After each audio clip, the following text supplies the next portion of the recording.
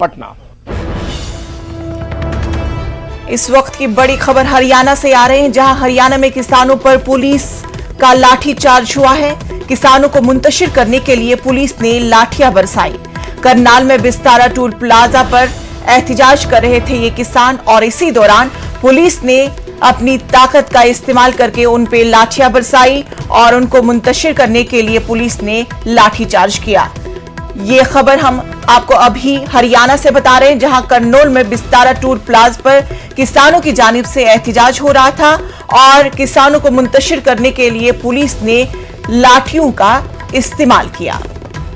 आप तस्वीरों में साफ तौर पर देख सकते हैं कि किस तरह से किसान टूल प्लाजा के पास एहतजाज कर रहे हैं और इसके दौरान पुलिस वहां पर अपनी ताकत का इस्तेमाल करके लाठियां बरसा रहे हैं।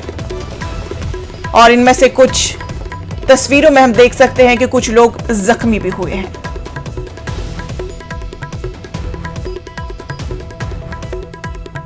ये तस्वीरें हरियाणा से हैं, जहां पर किसानों ने एहतजाज कर रहे थे और इसी दौरान पुलिस ने किसानों पर लाठियां बरसाई।